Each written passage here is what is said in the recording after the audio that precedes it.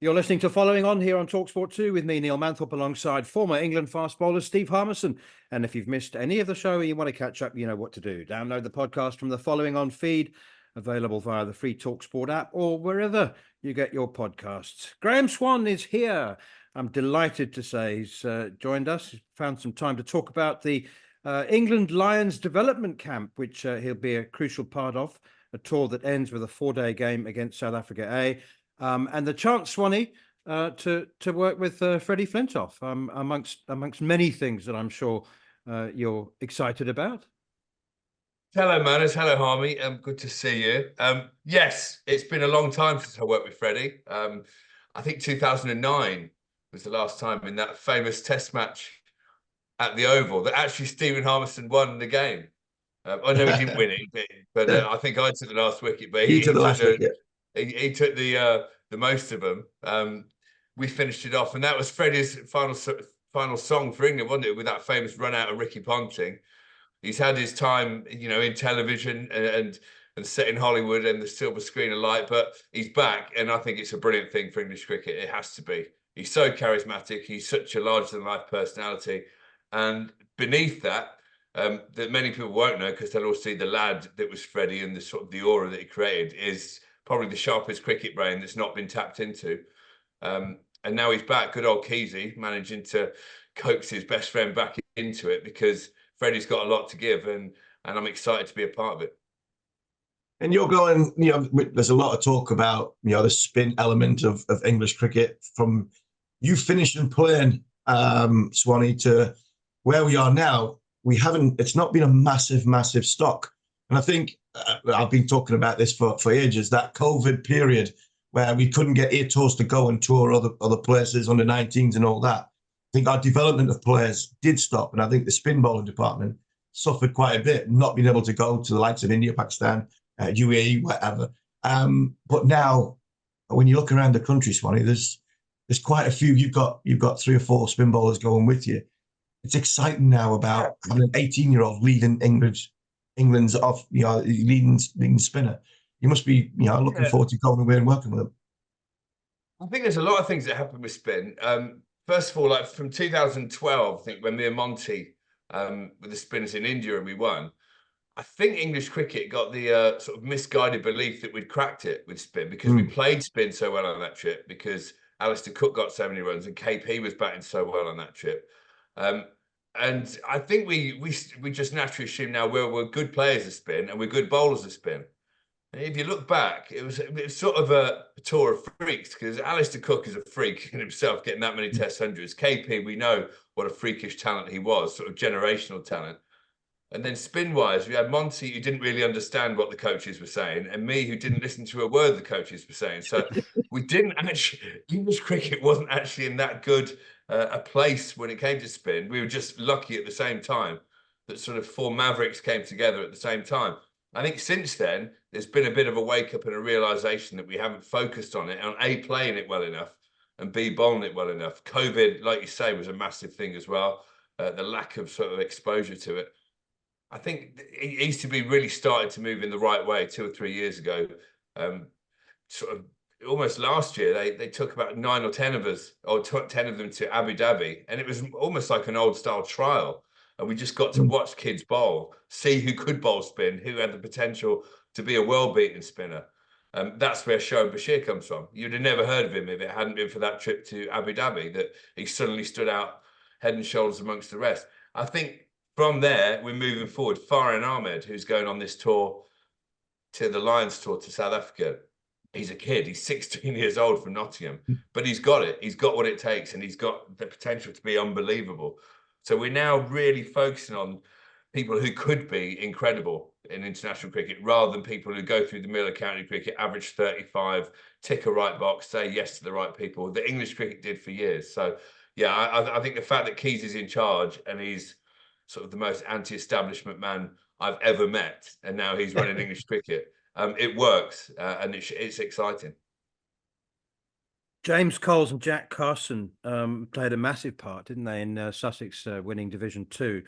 Yeah, you mentioned Farhan Ahmed. I mean, he took 10 for on his first-class debut for Notts, and he bowled 70-odd overs. I mean, that's verging on abuse. Is really, but you know what? In this day and age, it would be a lot of people will go, "Oh, he's bowled too many overs. He's so young. It shouldn't be happening." But as a spin bowler, it's the greatest thing ever. Because as a spin bowler, you need to bowl so many overs. You need to just get as much repetition and as much experience. I knew that Farhan could do it. Even he blew me away how well he did on his debut. And yes, it was 10 for a lot in a very high-scoring game against Surrey, the champions of England. But 10 wickets on your debut as a 16-year-old, probably had time off from school, from his GCSE maths or something, is bonkers to be able to do that. And if you see the way he took his wickets as well, he's probably bowling people out. He's not getting them all caught on the boundary. And so, yeah, he is an exciting talent. I mean, he's Rayan Ahmed's little brother. He's not got the same sort of bouncy swagger that Rayan's got. He's a very different person, but he's so quietly confident in his own abilities and he works so hard. He's got the same passion for cricket that Rayan's got. And that family, well, they deserve MBEs, I think, if they believe in the royal family. They're probably should be queuing up outside Westminster in a few years' time, because I think they've got 2 world beaters in their family already. Yeah, they have. And, talking about world beaters, but, Jack Leach has had to carry England's spin bowling on his shoulders for a few years. He got left out for sure. Bashir, like you mentioned, Kesey and McCullum and Stokes see this talent that, England need from a release point and driving into the surface. But he came back last week, and how pleasing was it to see Jack get 4 wickets and, be on the winning victory side in that first Test match? I think it's brilliant. The fact that Jack Leach is still there and still doing it is brilliant, because Shoaib Bashir, don't get me wrong, is a generational talent and will win Test matches for England for a long time. But he's so raw and young still, there will be blips along the way. And the way that Pakistan attacked him at the start of the Test match showed that they fear him. They think he could be a match winner. But by doing that, they took their eye off the fact that Jack Leach will run up and never miss the spot. He'll just bowl the same ball time after time. And then first innings, that might not be what England necessarily want to try and win a Test in this new sort of Bazball era. But in the second innings, when there's wickets falling at the other end, you've got non-stop pressure from someone like Jack Leach. And that was made up for him. He's a lovely lad. He's not the most gregarious and confident of characters outwardly, but he knows what he can do, and he just ran up and did it. Just a note on that Test match, by the way, I gave up on that. When Ruti and Brookie both had 250, I turned it off. I was bored stupid watching it, because Kesey had asked me to have a look at Shoaib bowling, and I thought, he's never going to get another bowl. We're going to get 1,500. And I went and played golf the next day and missed the actual victory. So hands up, I'm a terrible cricket watcher, but I was 3 under par, so I'm over the moon with that. What did you make of the situation where Shoaib Bashir couldn't get in the Somerset team ahead of Leach, and Leach couldn't get in the England team ahead of Bashir? I mean, that's crazy. That wasn't the situation that was riling me. The fact that Tom Hartley couldn't get in the Lancashire team ahead of Nathan Lyon was the one that was winding me up. But I think we should offer the Australians a lifeline. So yeah, you're obviously worried about players. Let's give your off spinner, who hasn't got a very good record in England, let's give him a chance to come and practice in English county cricket first. That's the way to win the Ashes in a few years' time. Well done. But no, in all seriousness, yeah, it was a bit of a bonkers situation. But there's always going to be that. The fact that McCullum and Key are in charge of the England team, they think so outside the box compared to county cricket. County cricket is still stoically conservative and very scared of doing anything different. They'll still pick military medium pacers on green tops and think that's the way to win a championship. They don't get genuine sort of back of a length, move it away and get a world-class spinner to try and win the championship like Essex and Surrey have the last few years. But so that was the way it was going to be. There was always going to be a clash of interests and a clash of, I don't know, outlooks, if you like. And thankfully, I mean, it's worked both ways, because Jack's got some cricket and he's helped to win this Test match. But I think long term, if the ECB can just say, look, this is bonkers. He's the best spinner in England. If you're not going to play him, then you have to let him go and play for someone else. You did that, didn't you, Swanee? You did that. You went from Northampton to Notts. I'm not saying that was the reason you've gone to a Test playing county, but yeah, it is greener on the other side sometimes, and you might have to make a difficult decision for your own best interest, and the show might have to think that. I think you might have to. I mean, mine was made easy for me by the fact that Kepler Vessels hated my guts as coach at Northampton and wanted rid of me. In fact, if it wasn't for two South African coaches, Duncan Fletcher and Kepler Wessels, I'd probably never be any good anyway, because they both spurred me on by detesting me and making me realise if I'm going to get back in the England team, it's got to be more than just taking wickets at Northampton on a turning pitch. I've got to test myself. So thank you both, if you're listening or watching, for surreptitiously getting me to the point I got to. But yeah, I had to go to Trent Bridge. I decided I could have gone to Lancashire at the time. That would have been sort of on paper the most obvious place to go, because it's a turning pitch. But when I spoke to Nottinghamshire and they just said, look, we want to win the county championship. They were very proactive. They were very forward thinking at the time.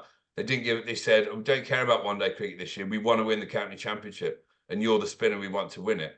Imagine hearing that as a spinner who's being sort of overlooked by everyone for England for 8 years. Going to do that, realising at Trent Bridge it's hard to bowl spin.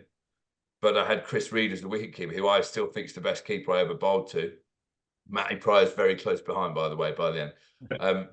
But having Reedy there and working, I mean, that turned me into a test bowler. So it is difficult for anyone to uproot and go. But if you look at Shoaib, what he's done in his career up till now, he was happy to go trialing, play at MCC, you know, just getting games wherever he could to get to where he is now. I don't think it would be particularly difficult for him to manage from a personal point of view. I think it'd be pretty hard to stomach for Somerset if they lost this talent that, you know, is going to be England's best spin bowler for the next 10 years, in my view. Swanee, just back to the development camp and the tour itself. I have to question Cape Town as a venue. I mean, with all those nice restaurants and bars and golf courses and the waterfront and Table Mountain. I mean, for an assignment as serious as this, would Potchefstroom not have been better, or maybe Bloemfontein? Man as well to say that with straight face. Yeah, Man as well to say that with straight face.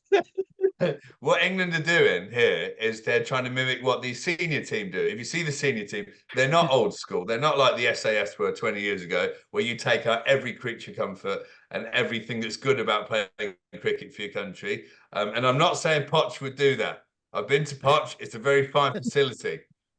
But I think as part of the management team who are going out there to try and mould these teams, I think Cape Town is an exceptional choice as a venue. And just because my golf clubs are already packed, that doesn't mean okay. But no, on a serious note, I think if you actually follow the England cricket team around at the minute, there's so much given to the players that, yes, you're professionals, you're playing for your country, and you deserve that. But you're grown-ups as well. If you want to play golf, you go and play golf. But if you're not 100% fit, ready, and raring to go when you cross the line each time, then that's it. That's your career gone, and it's your fault. And that's what you've got to treat people like these days. They're grown-ups and they make their own decisions. And believe it or not, on this A trip of the team I've seen, there aren't that many golfers. So it might be me nursing Freddie Flintoff around the golf course at the end of the day. If I have to do it, I will. It could have been worse. It could have been Fred from 10 years ago when he hasn't, and we've got to remember, he hasn't had a drink for 10 years. He is a different personality to us when he's playing. Mentioned him briefly. I think I said this to Manners last week or 2 weeks ago. I think it's unbelievable chance for these young lads to work with, somebody as sharp as what Andrew is. Your enthusiasm for these young lads to learn from. It's going to be so good for them to tap into the information that you can potentially give them. Yeah, I think people like me and Fred and yourself were always overlooked when it came to that. Never seen as serious, never seen as people who could sort of be management material, captaincy material, just because we didn't fit the mold. We didn't say yes. We didn't, dress properly. We weren't always the people handing our homework in on time. But we all had good cricket brains, and we all know how to win test matches for England. I think that's the greatest thing. Putting Kesey in charge. I mean, I'm not sure whose idea it was. I think probably Straussy, which would blow my mind, because you'd think Strauss would be the most box-ticking Sergeant Major type ever. But he is a very, very sort of sharp mind. Putting Kesey in charge, who saw it from the other side. Kesey has always been the anti-establishment man who never said yes, never did anything right off the field, and yet won games of cricket and knew how to be hard-nosed and fed into other systems as well. He used to eat from Andrew Symonds' mind and say, well, this is how you do it. In Australia, this is how you do it differently. English cricket doesn't work. How can it work? And the very fact that he's got Fred, got me involved, I'm waiting for Stephen Harmison to be brought on charge of the fast bowlers, because I think, not just saying this, Harmy would be phenomenal at doing that. I think English cricket's in a good place to move forward. In 5 years' time, we might be all sitting there going, oh, we need some sergeant majors back in. We need, people like Nasser to be captain now, and rules put back in place, and youngsters, being seen and not heard. But until that happens and England are winning test matches, I think we're in a good place. Finally, from me, Swanee, how's the camp going to work? I mean, do you have the itinerary? I know we finished with a 4-day game against South Africa A, but how's it going to work before that? I don't know the actual cross T's and dot I's of it yet. I know there's a 1-day element. I know there's a 4-day element to the trip. And having met Freddie before, we've had a staff meeting. I think it's going to be, pretty intense when it's there. I think it's going to be sort of match intensity and middle practices. However, not quantity. I think it's going to be a quality month rather than just as much as we can get in, if that makes sense. So I'm excited by it. I don't know the exact details, as I said, but my spin bowlers, put it this way, will be bowling quite a lot, I'm sure, because I know as a young spinner, I didn't bowl enough. I wasn't told to bowl enough. I wasn't encouraged to bowl enough in the right way. And I'll be getting them to do a lot of repetition. Not always at batsmen, because batsmen have a tendency to slog spinners in training that doesn't do your development any good at all. But there'll be a way around that. And I'll be doing my best to get a couple of world beaters out of this squad. Let me know if you want me to book you any tea times.